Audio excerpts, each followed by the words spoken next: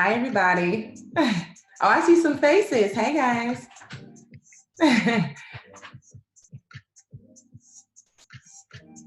We're just waiting for a few more people to join, and we're going to get started. Did someone say something? Okay, I think that was just me.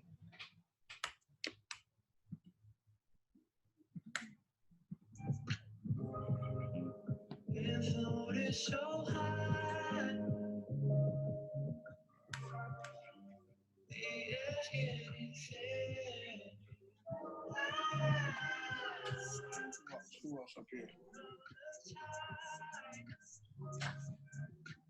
Who else up here? Who want to jump on real quick before I jump off? Let me know if you want to jump on before I jump off.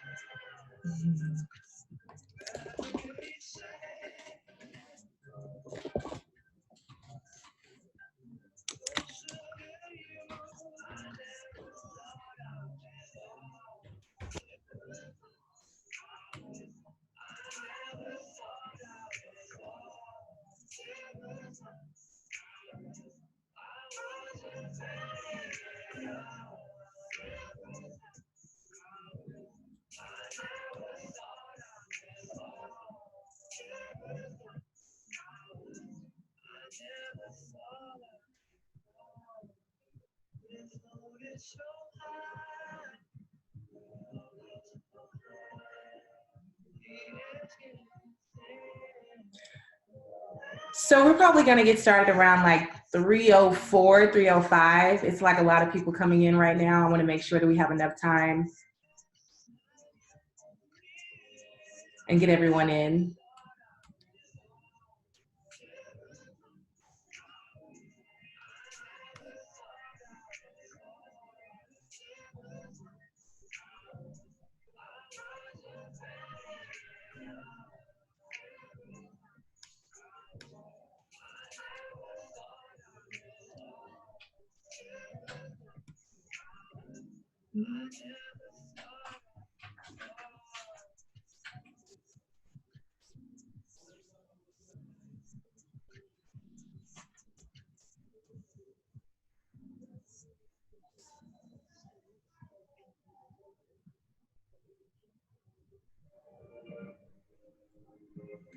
Okay.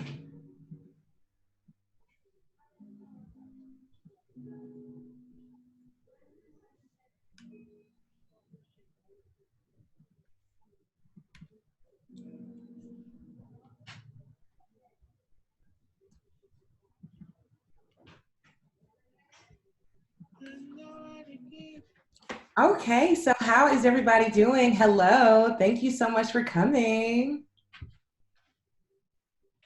This is so awkward. I can't hear any of you, but I know you're saying hi back. Hi. Hi, Cindy. Hi. Nice to see you again. Hello. Hi. Hi.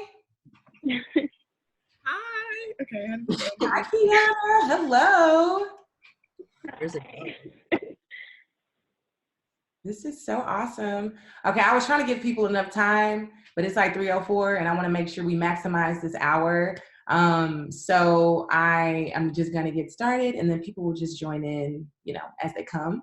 But hi guys, I'm so excited for you all to be here. This is going to be an amazing experience. I had an affirmation workshop an hour ago and I was telling them that I was very saddened about the fact that I couldn't come in and do this in real life. But of course, with the world being in the state that it's in, we found a new way to have this experience digitally. And I'm hoping that it has the same effect, if not more. on you guys, and that, you know, you feel inspired by this conversation slash storytelling slash talk that we're going to be doing. But yeah, I really appreciate you all for being here. Just give me 1 second. I'm going to share my screen.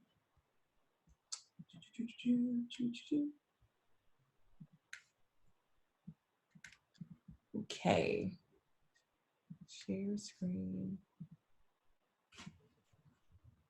Alrighty. So can you guys see my screen? Yes. Perfect. This is different. Oh, child, what am I doing? Hold on 1 second. I'm over here flipping things around. Is that right? Oh, that is still not right. Is that right? Okay, perfect. Okay, so welcome to my Nelia, Naela. I'm sure I'm butchering your name, but I'm doing amazing. Thank you so much for asking. Yeah, I'm sorry I butchered your name, but I'm so excited. Welcome to my creative mindfulness talk, where I'm going to be sharing several different ways to implement, you know, creative practices into your wellness ritual. This is going to be super duper exciting. This is my first time giving a workshop on this specific thing. So, you know, I'm open to feedback and just what you loved about it, what you'd like to learn more of. But yeah, and I'm a very like engaged, interactive person. So, you know, if you have questions for me during the talk, you can be sure to add those to the group chat, and I will get to those either like immediately or whenever I feel like the time is right. But please do ask as many questions as possible. This is going to be a 45-minute talk where I'm just going to be, you know, sharing my ideas and my journey about, you know, being a creative visionary. And then towards the end, we'll have about 15 minutes or so to do a Q&A. So that'll be your time to, you know, pick my brain and ask me whatever it is that you'd like to ask me. Yeah, so I'm Deun Ivory. Hello again. I am a creative visionary, a multidisciplinary artist, art director, photographer, illustrator, just a woman of many talents and gifts. And I'm also the founder of The Body, A Home for Love, which is a 501c3 nonprofit organization shifting culture around how Black women heal from sexual trauma. It's such an amazing organization. It was founded last year, and we're doing incredible things in the world, and I'm so excited to talk about that more. And if you're interested, I'll have my email at the bottom or on the last slide, so we can continue to have dialogue around anything that interests you. But yeah, and this is a photo of me, a photo of me celebrating an amazing accomplishment that I had. I don't know if you guys are familiar with Glossier, but they're like this huge beauty brand that I had an opportunity to work for. You know, they came to Chicago and they curated this like pop-up experience, and they wanted me to create a whole bunch of a portrait series to have in the space. And so that was such a huge opportunity for me to like share my gifts and do what I love, especially as a Black woman. So yeah, I just wanted to kind of give you guys a tidbit of who I am and things like that. And I've worked with tons of people, Squarespace, I've worked with Apple, I've worked with Netflix, I have a whole, you know, network of partnership experiences under my belt. But today, once again, we're going to be sharing how art and creativity can be used as a wellness ritual, you know, for self-care, for groundness, and for peace. And this class, or not class, but this time together is so important to me because I feel like people have a limited view of what wellness looks like. Because oftentimes you only think about yoga and or meditation. And, you know, as an artist and as an art director, I've come to discover the power in using creativity and art as a healing mechanism. Because I feel like anytime you engage in any form of creation, you're kind of exploring your subconscious and you're really exposing yourself. You're exposing what you believe about yourself, what you believe about the world, what you believe about life in general. And I feel like it's just an awesome opportunity to be intimate with the things that you create and how you go about creating those things. Oh, this slide, before we get started, is just photos of my work, which I just kind of wanted to share in case you all are unfamiliar with the work that I do. And as I look at these images and I reflect on the time that we're in right now, it's important for me to be reminded of the fact that I love doing what I do. You know, I love creating And looking at these images is a reminder to never stop creating, regardless of what's going on in the world, because my peace and my sanity is priority, despite what's going on. And I would love for you all to take that with you as you continue to live life, because I know it's crazy right now. So just wanted to be mindful of that. And if you love my photos, I'd love to talk about that with you as well. If you guys are artists or inspiring artists, I'd love to talk to you more in depthly around photography and how that's been such a powerful tool for me to explore my own identity. So yes, we're getting straight to it. Also, do you guys have any questions? Feel free to ask me anything, during the conversation. I can get to them during the talk, but I can also talk about them towards the end. But I just want to let you know, this is a safe space for you to share your thoughts and for you to ask me anything. But yes, so today we're going to be talking about mindfulness. And during this time, I think it's important to focus on living with intention, because it's easy for us to, engage in things that encourage us to fall into depression, or to become so consumed by negativity, or kind of feel aimless because we're kind of like, oh, what do we do right now? Like, the world is in this crazy place and there's a lot of uncertainty. And with uncertainty comes fear. With uncertainty comes anxiety. And so I just want to talk about ways that we can kind of restore mindfulness as we're really just waiting out this virus and trying to get back to normal life, or creating a new normal. And so I wanted to really establish this understanding of what creative mindfulness is, because like I said earlier, creativity is a form of healing. And so it's how we use self-expression and art as a way to introspect, reflect, and reprogram your mind. So when we think about introspection, some people may not know this, but it's truly just assessing and examining your own behavior around certain things. A lot of times we're just acting out and we're not necessarily knowing why we behave the way we behave, or why we have certain thought processes, or where it even stems from. And so I feel like creativity is such a fun and intimate way to kind of get to know yourself. And my purpose in doing all of this is to help you create routines that will help you tap into your inner child, using your imagination, allowing you to release, sit still, and breathe easy. And I have this beautiful illustration over here to the left. It says that self-love is feeding your spirit with things that bring you joy. And that is an affirmation that I say to myself all the time whenever I find myself like engaging in things that are harmful for me and to me. That could be me being on social media too much, doing things that trigger my insecurity. So I'm like, Deun, what are things that bring you joy, especially during this time? What routines bring you joy? Focus on that, because it's already craziness going on in the world. And you don't want to perpetuate that or exacerbate it. You know what I'm saying? So being mindful around what you consume, around how you're showing up in the world, around what you're reading, what you're looking at, all of those things are super duper important. And then I have this question for you that I kind of wanted to share, is like, what ideas or beliefs are you resting in this present moment? And I think that that's an important question, because what you cling to, it literally defines how you see yourself. It defines how you move forward. It defines what actions you take.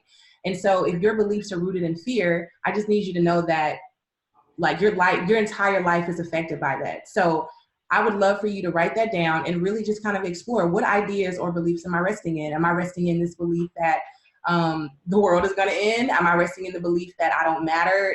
Am I resting in the belief that I should do nothing because what's the point of it all? Like, get to the bottom of why you think the way you think. And that's such an incredible part of the healing process, is really asking yourself those hard questions. So the first creative practice that I want to really dive into is gratitude. And I know some of you may be like, girl, I done heard this 50,000 times, but as cliche as it sounds, it's really, really a powerful practice. And a quote that I kind of came up with some years ago during a really difficult time was that even your bad days offer something to be grateful for. And that really put things into perspective, because it reminds me, like, even though I'm having an awful day or I'm having an awful week, like I'm still blessed beyond measure. You know what I'm saying? And it draws my attention to the amazing things that are going right in my life. The fact that I'm breathing, the fact that I'm here. So I wake up every morning and I pray to God. I mean, I'm a believer, so, and I'm very unapologetic about my faith, but I wake up and I pray to God, thanking him for the breath in my lungs, thankful for the fact that I get to do what I love every single day and I get to inspire and empower people.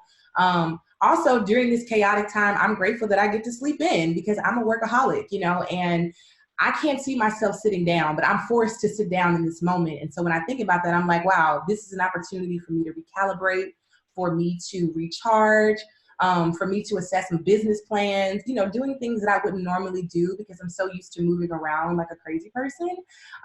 You know what I'm saying? So instead of, bombarding my mind with like, oh my God, like, am I going to have a job after this? Or, where am I going to get my income from? I'm like, Lord, I thank you for this time because I can be creative, you know what I'm saying? I can come up with new ideas. I can start to create digital classes, which is what I've been trying to do for the last 5 years. I'm boosting that. It's been more like a year. But the point is, like, this is an opportunity for me to engage in and just different things that I normally wouldn't have. And so I want you to know that gratitude is powerful because, for one, it's an invitation. It's an invitation for more abundance, in my perspective. And gratitude also attracts more things for you to be grateful for. So when you do have a chance to engage in gratitude, like I said, it redirects your thoughts and it puts you in a positive mindset. And when you're in a more positive mindset, you're more productive, you're more friendly, you're more loving, and who doesn't win? Everybody wins, So I definitely would love for you guys to make sure you're practicing that daily, even if you have to write down 5 things that you're grateful for every single day.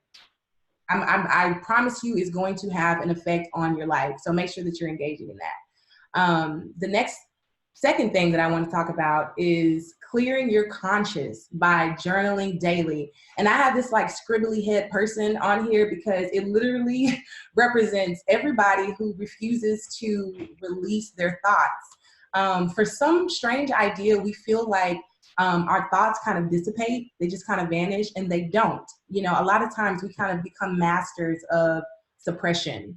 We become masters of just not dealing with things and just moving along like robots.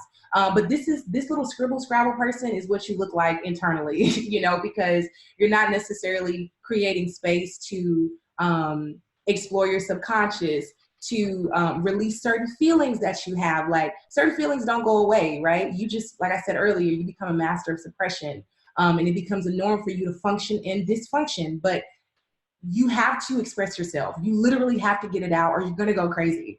And some of us, we can withstand longer than others, but it doesn't mean that it doesn't have the same effect. Anytime you're weighed down by something, it affects how fast you move. It affects how loving you're being to yourself or to other people. Like, everything that you do has a reaction. Everything that you do kind of like affects yourself and it affects other people. And journaling, literally, it improves your mood.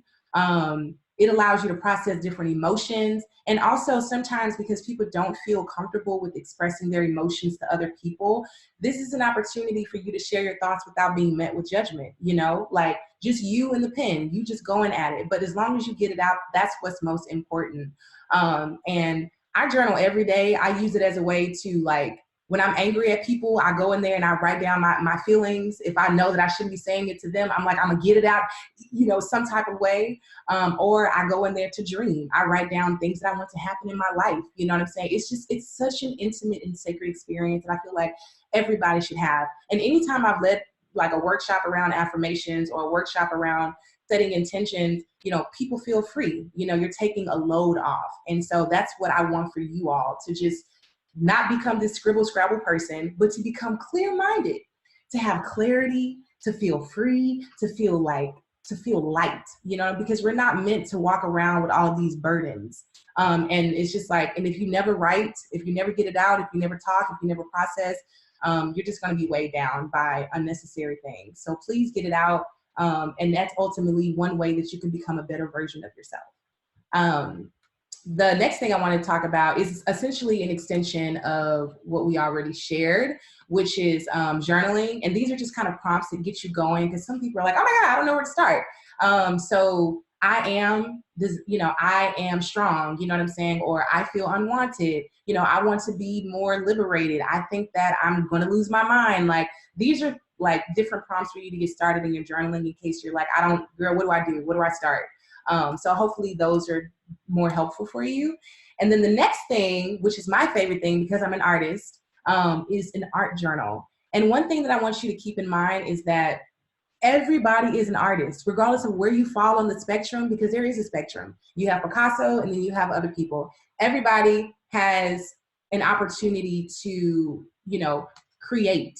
And because we're essentially an extension of the most supreme creator, we've all been blessed with an ability to create something. Nobody's asking you to, become the next Picasso or like any other artist that you love. But I feel like sometimes when you're drawing or when you're creating like a collage or like you're cutting out words, it's more soothing. You're more connected to what you're trying to manifest. And because we're very visual creatures, we resonate more so with visuals, you know what I'm saying? Which makes everything just more effective. And then also like sometimes you don't have the words to describe how you're feeling. And sometimes a visual can do that. So I think that it's best to create different options for how you express yourself, and don't limit yourself. Don't be like, oh my God, I can only draw stick figures. If you want to draw stick figures and they get the message out, by all means, draw your stick figures. Nobody's judging you. This is your time to, do what you do and, and learn yourself and like, explore who you are. And I feel like with drawing and with other types of like creative outlets, it's an opportunity for you to tap into a side that you've never experienced before, which I feel like is great because it improves on your personal growth. You may end up finding out that you really do know how to draw and just all these other things that you wouldn't have unless you explored, doodling or drawing or sketching or drawing stick figures. But you don't have to limit yourself. If you don't want to draw a stick figure, you can just paint. It can be abstract. You can draw really weird figures that describe what you can't put into words. Like, I just want you to know that by all means, get it out. So yes, this is upside down, my apologies. The next thing I want to talk to you about is creative visualization. So a lot of people meditate in the morning, and I do as well. But I enjoy creative visualization because I'm a very proactive person. And if you're a very proactive person and you want to guide your thoughts rather than sit and meditate and like allow your thoughts to just kind of roam around, this is an amazing practice. And so something else that I want people to note is that everybody is a visionary. Whether you believe it or not is the truth. You have the power to dream up what you want your life to look like. And I would love for people to get into the habit of accepting that about themselves. So creative visualization is pretty much like this, like just like you meditate in the morning, you sit Indian style or whatever way, and you essentially think about what you want your life to look like. Okay, so you meditate on your goals, you guide your thoughts. Where do you see yourself? You insert yourself in narratives that bring you joy. That's ultimately what it's about. Inserting yourself in narratives that create a life that you want to live. A lot of times, we find ourselves stuck in situations that we don't want to be in, and visualization helps you attain your goals because when you can see yourself doing something, you're more inclined to actually go out there and do it. And because we struggle with feeling worthy, or we struggle with feeling like this is unrealistic, like why would I do this anyway? Like that's an opportunity for you to journal and get to the root of why you feel that way about yourself. But I was I was watching Black Lightning, and he said something very powerful in the show. He said, if you think you can or you think you can't, you're right. And he said that, and I was just like, oh my God, like that's so true. At the end of the day, I am responsible for how I expand myself or how I shrink myself. And nobody should be shrinking themselves. That's a cruel thing to do to yourself. And so I feel like visualization allows you to just expand. It allows you to tap into your power, and it allows you to take control of a narrative that you want to exist in. And like I said, we're very visual creatures. If we don't see it, we don't believe it. So get into the practice of visualizing what you want your life to look like. Also, it gives you something to focus on other than your problems. A lot of us are going through a lot right now. So it's just like, why not redirect our thoughts and try to conceptualize and dream up a life that we are working towards. And it also, like I said earlier, helps you create space for tapping into your power and understanding yourself as someone who can manifest, someone who can bring something into fruition. Yeah, I love creative visualization. Like I said, I do it every morning. You don't have to do it every morning. You can do it every week or so. But I would definitely get into the habit of doing that because I love it and it's super duper duper powerful. The next thing I want to talk about is affirmations and mantras, which a lot of us may be more familiar with. I had a workshop about this an hour ago and it was super duper amazing and I absolutely love it. The thing about affirmations and mantras is that they're pretty much the same, but how you use them is different.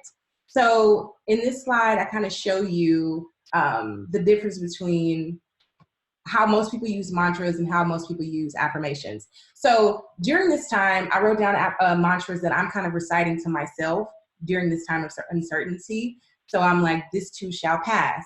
God is in control. Joy is my birthright.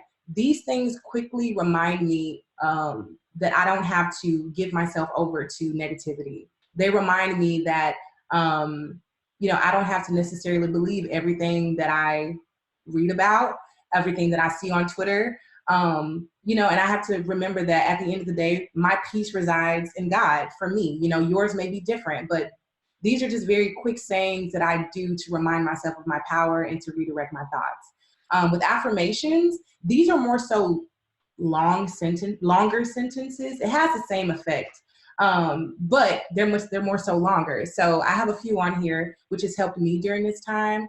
An affirmation could be, my purpose is not put on pause during chaos. My life and vision still matters. I am worthy of all that I ask for. That one is such a huge one for me because sometimes we feel like we're asking for too much from other people, or we're asking for too much from ourselves. And the thing is, you are worthy, you are deserving. God is my peace regardless of what's happening around me. And God can make good things come out of seemingly bad situations. So these are affirmations that I've created for myself. And I'm encouraging you to also write your own, to affirm the truth and to affirm the power of a beautiful life. Because right now, like I said, I know things are kind of everywhere. And so it's always important to make sure that you're consuming yourself with things that make you feel good, not make you feel worse. Does anybody have any questions around those things? Yes. No, I don't. Okay, thank you. Thank you. I thought you were going to say, no, I don't. But, and then the next thing I want to talk about, which is so amazing and which it could make people uncomfortable, but self-portraiture and self-documentation. I was watching. I love that. Yes. I was watching Freedom Writers the other day and they talked about Anne Frank, and they were like, this woman had no idea how her words and things would impact generations to come, and I feel like a lot of times we don't feel important enough or beautiful enough to document our story or to document who we are. And I would love for us to come out of that, So I encourage people to create diary entries of like a self-portrait series, which fosters self-acceptance and vulnerability and intimacy with self. And I can say that, I used to struggle with self-esteem issues. I don't know. I just had these weird views around beauty standards. And so when I got into self-portraiture, it kind of helped me to start loving on myself. And I realized that photography was a love language to myself and to Black women. And so I was like, oh my God, like my confidence has been going through the roof. I'm empowering other women to love themselves. And so I just really think that, especially during this time, it's important to document what's going on in your life verbally, writing it down, doing an audio memo, or also doing a self-portrait series. The next thing is it allows you to document different stages of your life and to document your evolution. We're never going to get this time again. Never. You're never going to get those 5 years ago. That moment's never coming again. And so I think it's important to capture those moments for nostalgic reasons. And because also they're important, and it's also a beautiful way to kind of track your growth and to track all the ways in which you've evolved as a person. And then lastly, it creates space for you to explore your identity. Facing a portrait of yourself can be one of the most difficult things because you're always judging yourself. You feel like people are judging you. And a lot of times you don't see yourself for who you are. You see yourself for how other people may perceive you. And so self-portraiture during this time is just, like I said, it's intimate, it's powerful, it's transformative, and it allows you to explore and gain a sense of identity around who you are. And at the end of the day, if you don't know who you are, all of this other stuff is pointless because you have no foundation, and you have to create a foundation for yourself. So, I try to make sure that I'm always instilling in other people, like, know who you are. And if you're not journaling, if you're not doing the introspective work, if you're not engaging in self-love, you're never going to experience that. You're never going to experience how amazing you are and what you have to offer to the world. So make sure that you take note of that, because that is one of the most important things.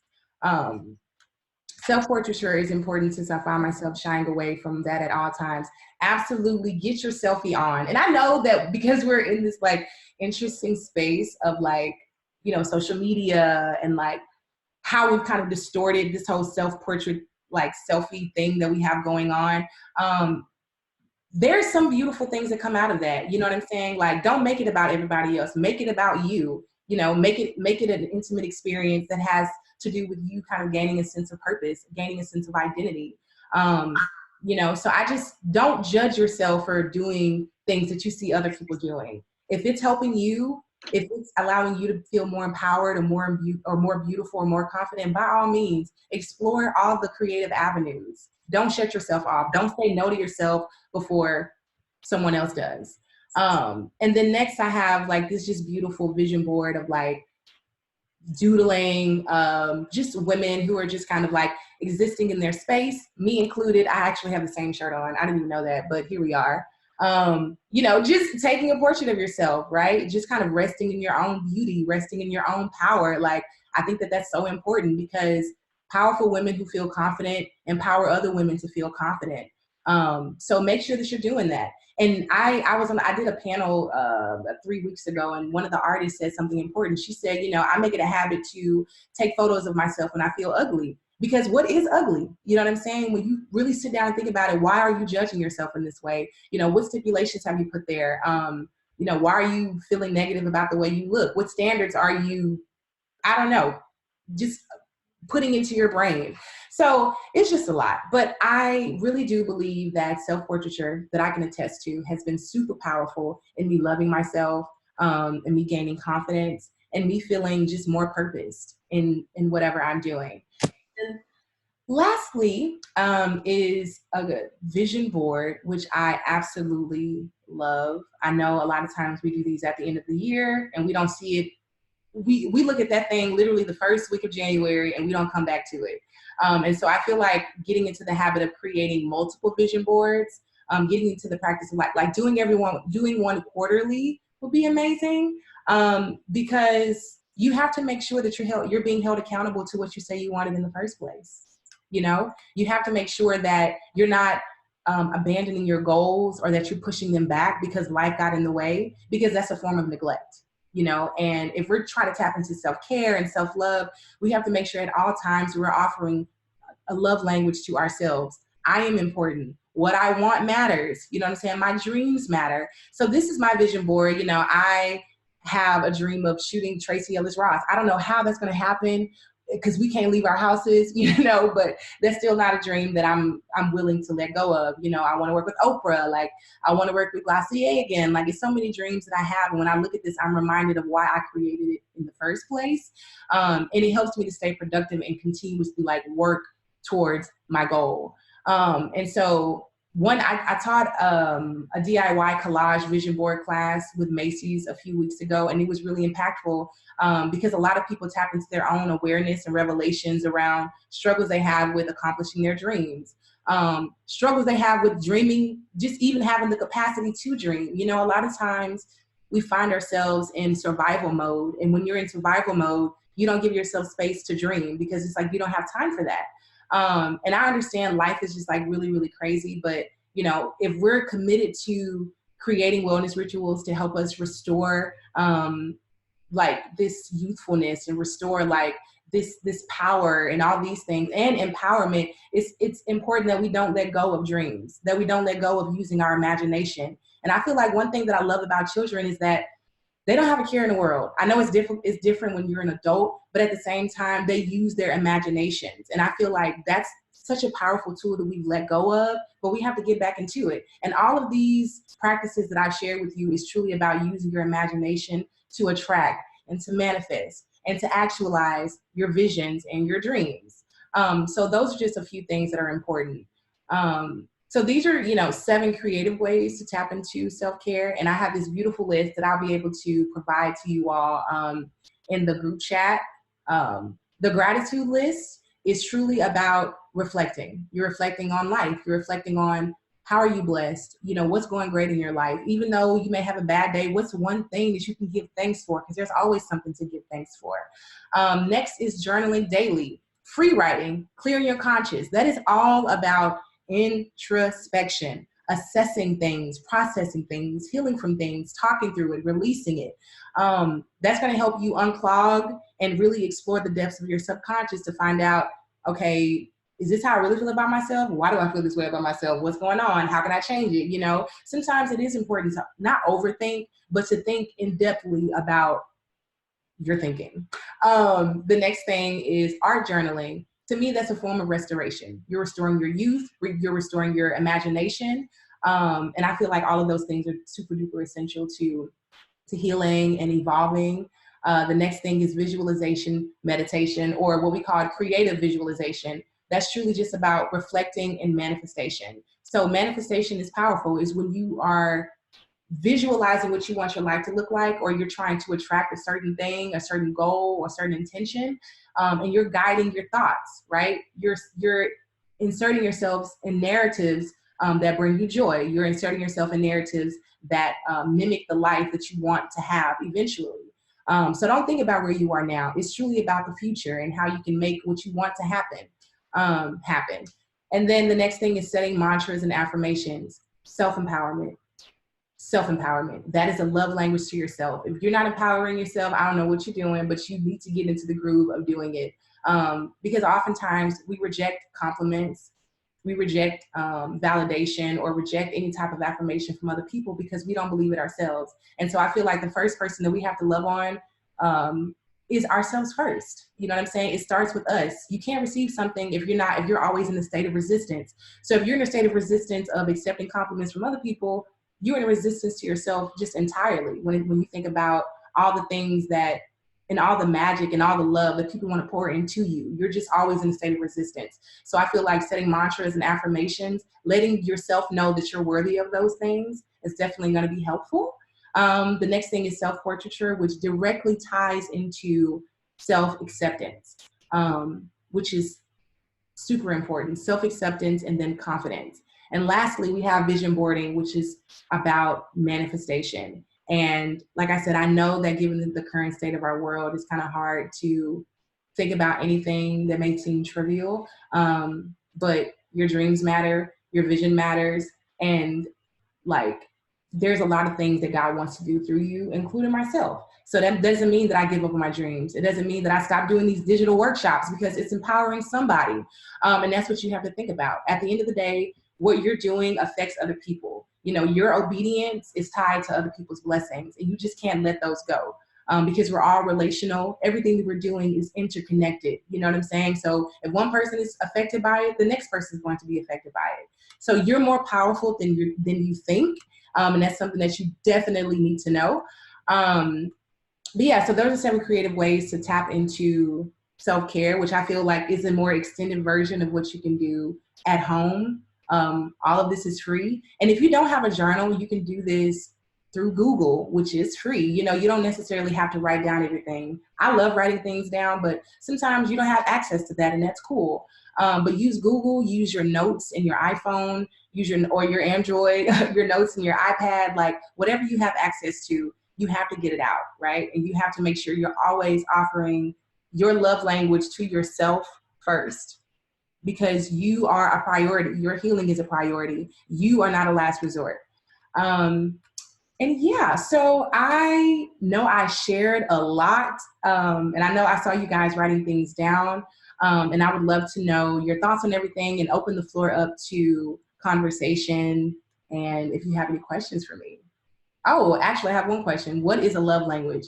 So love languages are essentially things that we require from other people in order to feel desirable, in order to feel wanted, in order to feel like we matter. So, a love language may be physical touch from someone else, or you feel the need to want to be affirmed by someone else. And I feel like a lot of times we forget that we have the power to offer that to ourselves. Like for me, affirming myself is a love language. If I'm not doing that, I don't know what the heck I'm doing, or dancing. Like I'm a very sensual, like touchy person.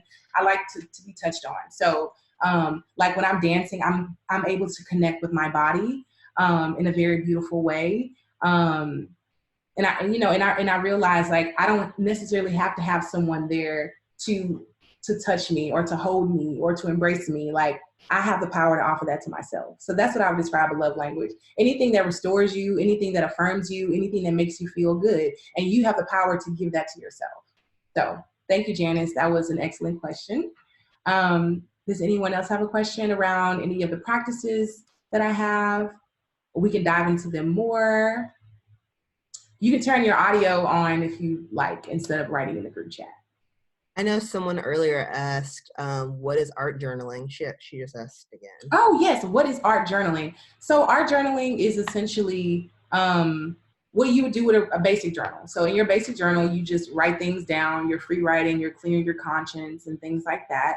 But with an art journal, it's more so like, I'm going to go back to the page that I shared with you all earlier. So it's you kind of creating visual representations of what you want to say or what you're writing down. So for instance, this person with I think it's like the black and white thing is, I don't want to feel the feelings I am feeling. And they created this abstract drawing. I have no idea what that drawing represents, but for them, you know what I'm saying? It's a form of communication. It's a form of giving like a visual representation to, the words that they have on the paper. So I would say like art journaling is doodling. It's creating a visual representation and just kind of like extending yourself further along in regards to like how you're feeling and processing things. Like over here we talk, but I can't see you. And she has like this blob on this person. It's like, yes, you're using words, but you're also using other visuals. So you can doodle, you can draw, you can cut out magazines, you can cut out words that inspire you. If there's a photo of Oprah that you've seen or a photo of Beyonce that represents exactly what you're trying to say, you're just kind of like using all different art mediums to express yourself. That's it. Having a journal and just using other forms of art mediums to further communicate. Yeah, that's a great question. Did that answer your question, Christian? Someone said, do you feel women of color have to justify their mental health more, which then impacts self-image? Does the agenda of others affect us? That is a great question. Justify their mental health more. Do you feel Can you expound on that, Jacqueline, when you say justify their mental health more? Yes, my bad. I'm driving. Oh, it's okay.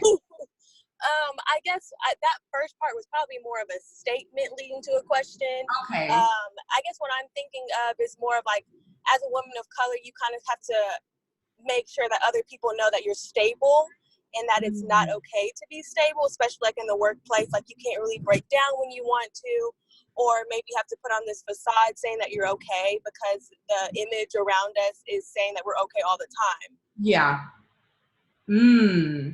That's powerful. I mean, angry Black woman, yes. Or even like the sad Black woman or a sad woman or just maybe a woman who's not psychologically there, you know? And it, you know, could that affect how we do ourselves, which then affects like how we practice mentally? Oh, absolutely. Absolutely. I'm sorry. It took me 3 years to understand what you were saying. No, it's okay. I think that's a fantastic question. Absolutely. I mean, I feel like everything that we do and how we experience life affects the way we see ourselves, which is why, you know, the wellness, when you think about the wellness world and then you think about Black women, it's just such a big thing because for one, we've never been given the space to just kind of be or breathe or exist with our anger without being met with judgment, you know. And then a lot of times when you see these labels of like angry Black women or sad Black women, I don't know, it's just like we don't have space to be nuanced. We don't have a space to like I said earlier, just exist in this world without judgment. And it's really sad. And I know for me, it affected my self-image because I never wanted to come off as an angry Black woman. So I would find myself being hyper excited, you know what I'm saying, or just performing essentially, to avoid those types of labels and different things like that. And I feel like also having to carry the burden of strength, being the strong Black woman, it's only detrimental to us. You know what I'm saying? Because that's not the truth. And when you're not living in your truth, it robs you of so much. It really, really does. And I feel like even saying that you're an angry Black woman, it's if that's what you are, then that's what you are, and it's okay to exist as that. You know what I'm saying? But that's not the narrative for every Black woman. And it's okay if it is like our anger and our experiences and our feelings are validated. I don't know if that answered your question. I know I was doing a roundabout. That question is like so layered, so I was trying to tackle everything. But yeah, I feel like it does affect us, literally every single ounce of everything we do. Does that kind of answer your question? Yes, I think I was more so like trying to hear like experience as well, because I feel like everyone's story is probably different. Yeah. But I think I just wanted to see, is this just me like doing this because I want to, or am I doing this because I need to for others, you know? I mean, I feel like it should always be around, I think it should be both, essentially. I mean, but you being the most important person, you know what I'm saying? Like, it's okay to serve others. It's okay to like care about the impacts of other people, but I think that we have to continue making ourselves a priority, especially when it comes to mental health, and making sure that we're doing everything that we can to be the best versions of ourselves, because we're doing a disservice to us and the people around us. So yeah, Tamara, it's not just you, absolutely. But Nita, she said, over time, I've been unlearning the need for perfection in my journaling, having the perfect pen, perfectly lined paper or online paper. But I noticed that while I'm not requiring a perfect journal, I now have shifted it to my photos have to be perfect. When I tell you we all go through it, we all go through it.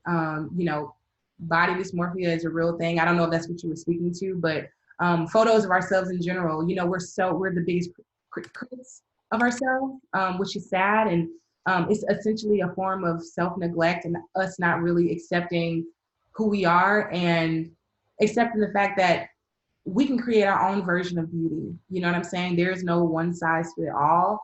You know what I'm saying? And that we're powerful. Benita is a photographer as well. Oh, hey girl, hey fellow photographer.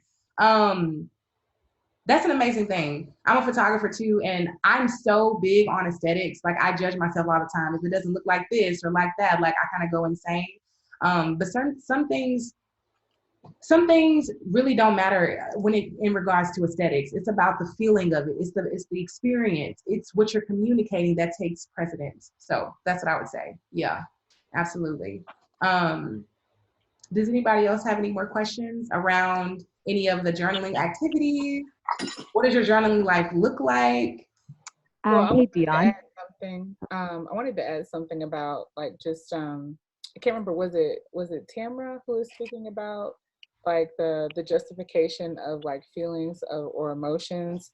I was thinking about that a little bit, and I think in my experience it's been more of a lack of expectation that I could have a range of emotions because I'm a Black woman. And look, where you at? Yes, Jordan, I understand. You know, and so it's like, you know, before I'm just mad or you're upset or angry or whatever, it's like I may be confused or disappointed or hurt or, you know,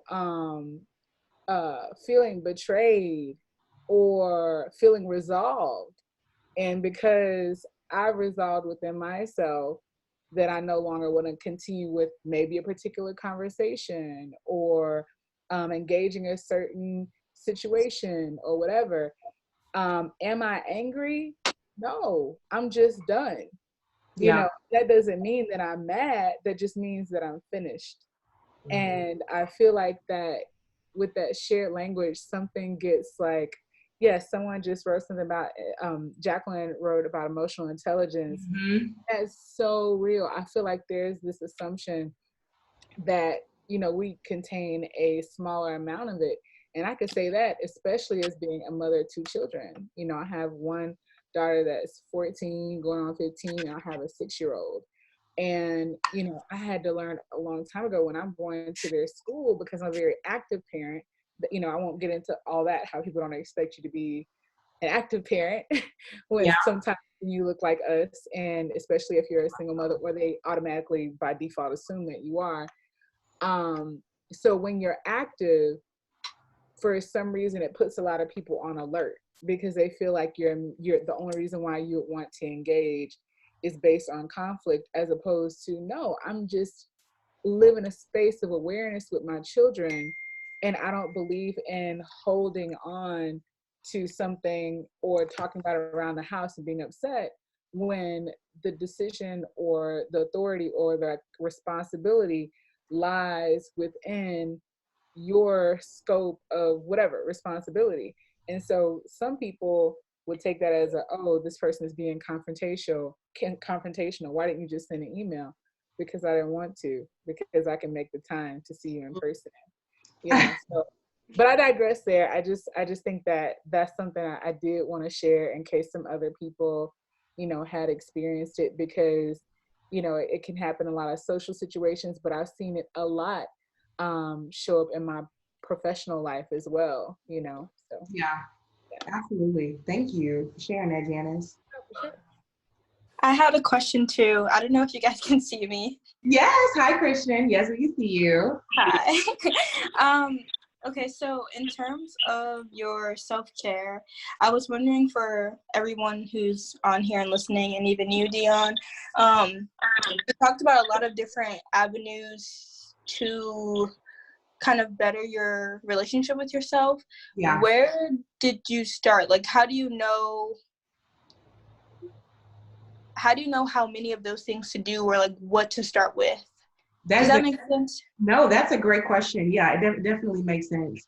How many of those things to do and where to start? I would say I would start with the most foundational thing, which is journaling, like gratitude and journaling. I feel like those are like a great basis for your self-care journey, because you just learn. It's literally like an exploratory time. You know, you are processing emotions, you're writing things down, you're kind of like, I don't know, it's a time for you to be inquisitive, and it's a time for you to like really just learn yourself. And I feel like the other things are things that you move towards once you started a habitual practice of journaling. You know what I'm saying? Yeah. And I feel like it's the most accessible. And I mean, I'm not gonna say it's the most effective, but it's definitely the most effective in the beginning. There always has to be a start of something. And if you don't have a foundation, you can't go anywhere, because you don't want to have solid foundation. You don't want to be over here, okay, girl, I'm about to do this visualization, but who am I? Where am I going? You have all these questions, and it's just like, you tackle all of those during your journaling time. Yeah. I feel like I avoid doing that to avoid feeling things often. So I feel like when things get like deep, that's when I'm like, let me go ahead and pick up the journal. It's like, and then I'll start journaling. Yeah. So how have you combated that, or even anyone else? I see people in the comments saying stuff. How have you combated the avoidance? For me, it's conviction. You know what I'm saying? I'm just like, Deun, if you want to evolve to the next level, or if you're tired of being robbed of certain things, you literally have no choice but to sit down and sit with this. You know what I'm saying?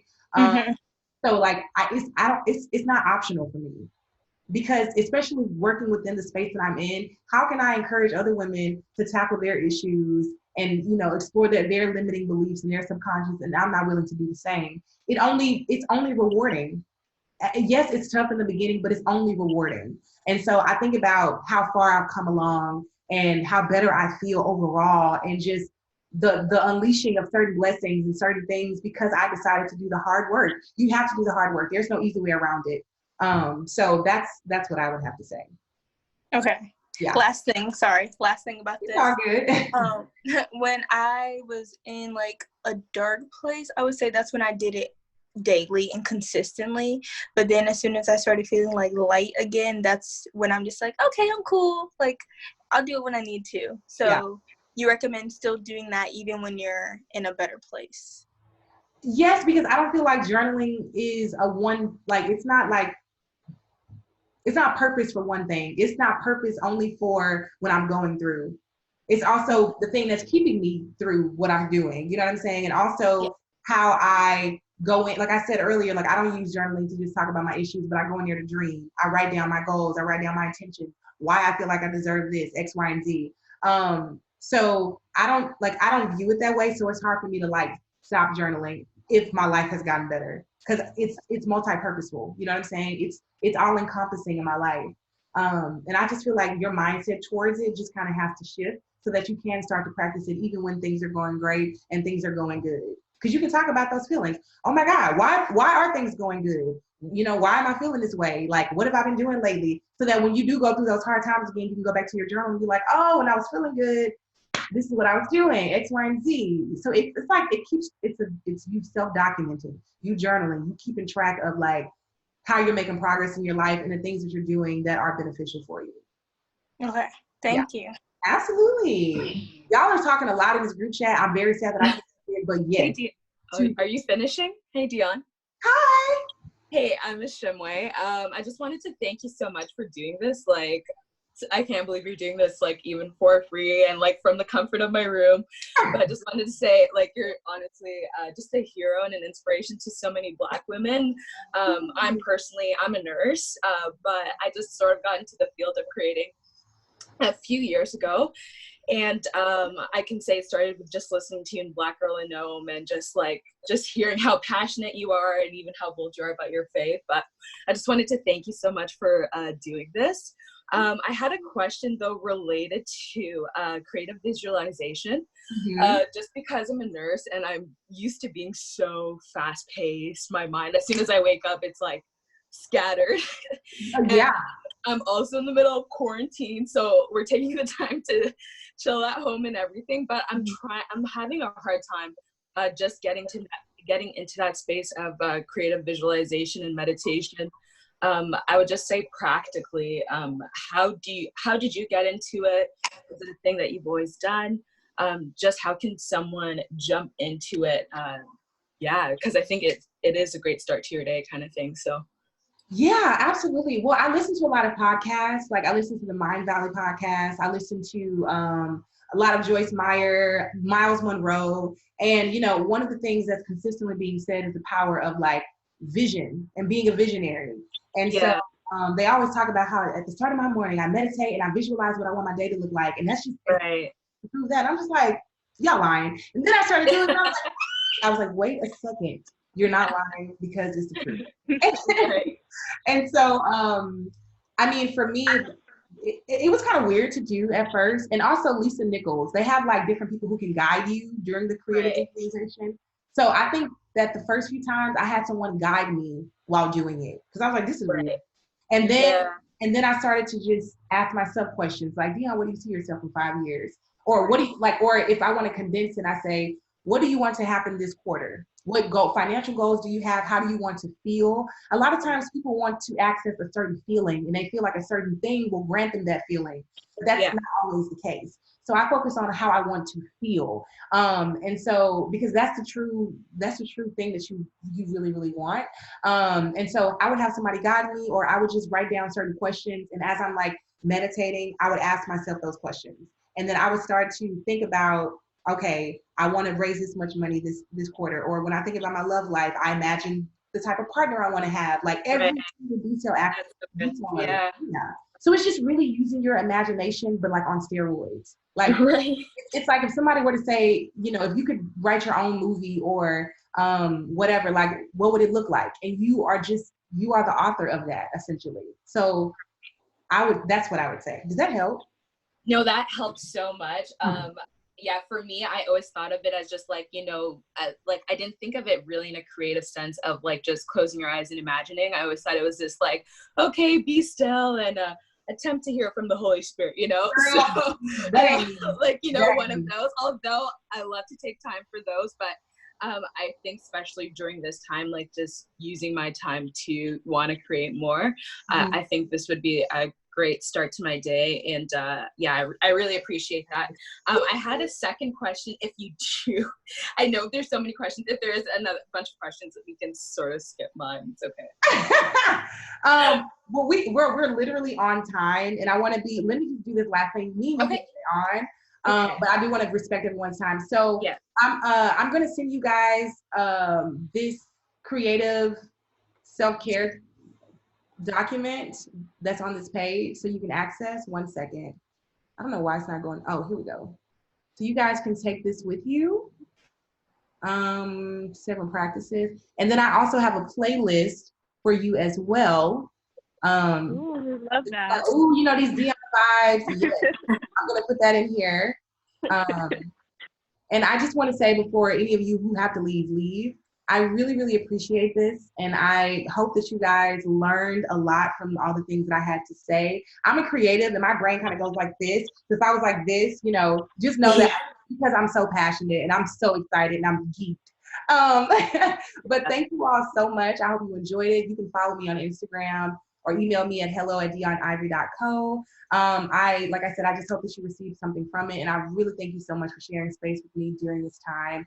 And much love to you all. Positive vibes. But I'm going to answer a question, though, so if you want to stay on, that's cool. Thank you, Deun. It's great, because I have questions, too.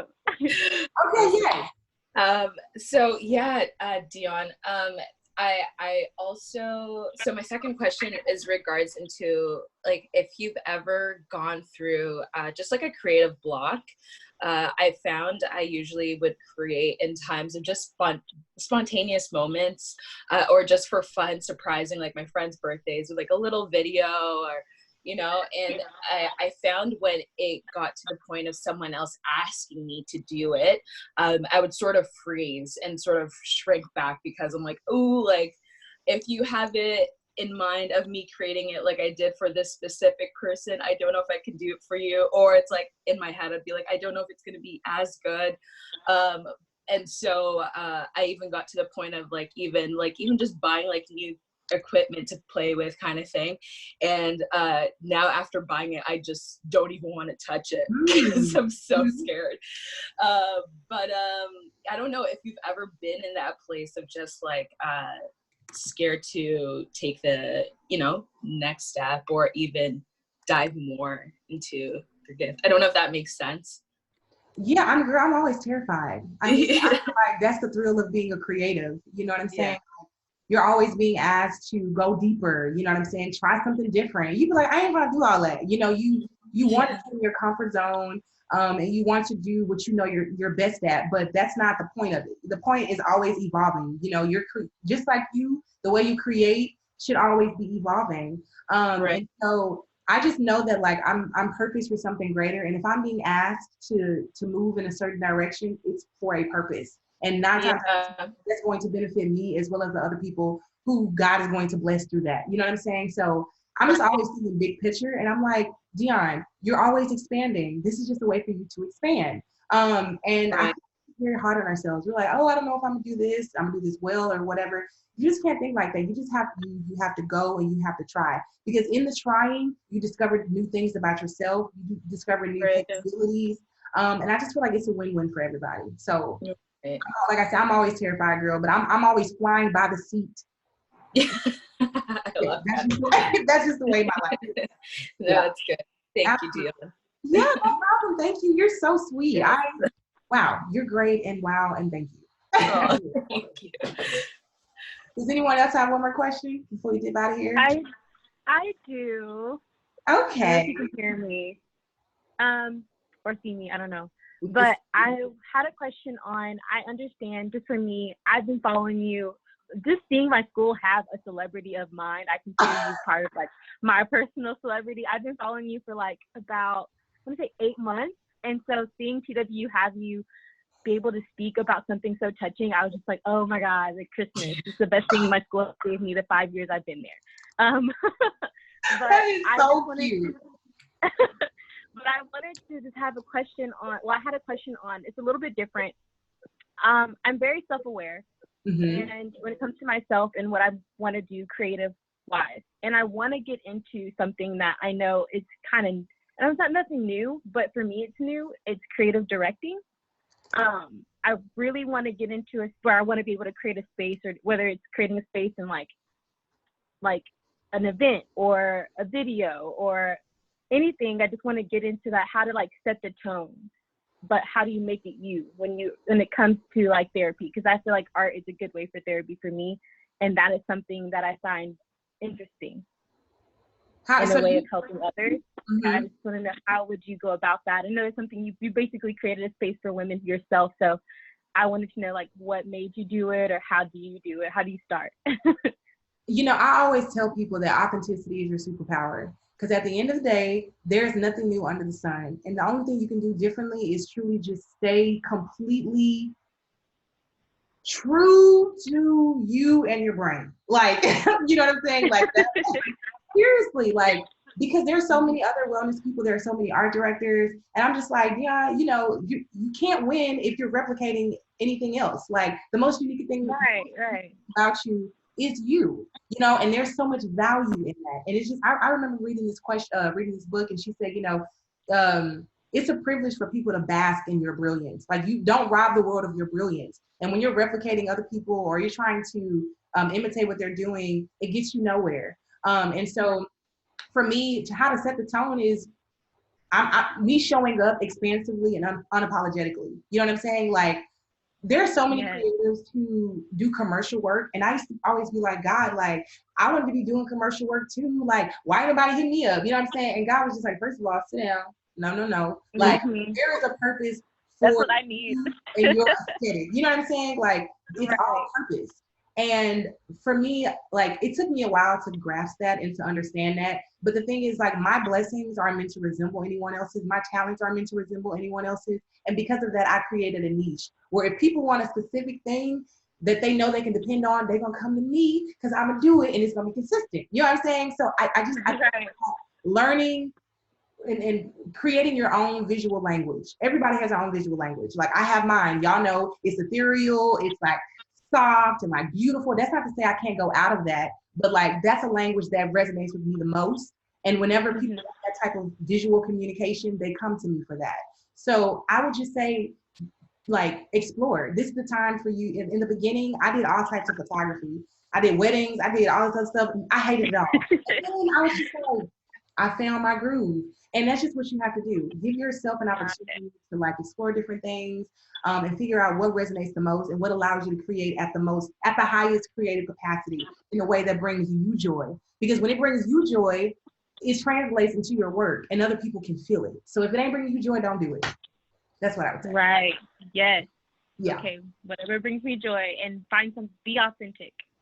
Be authentic. Y'all already know authenticity will take you places that imitation can. That's another statement that I always say. Definitely. It is so scary though. Being authentic is such a powerful thing, and it's very scary personally for me.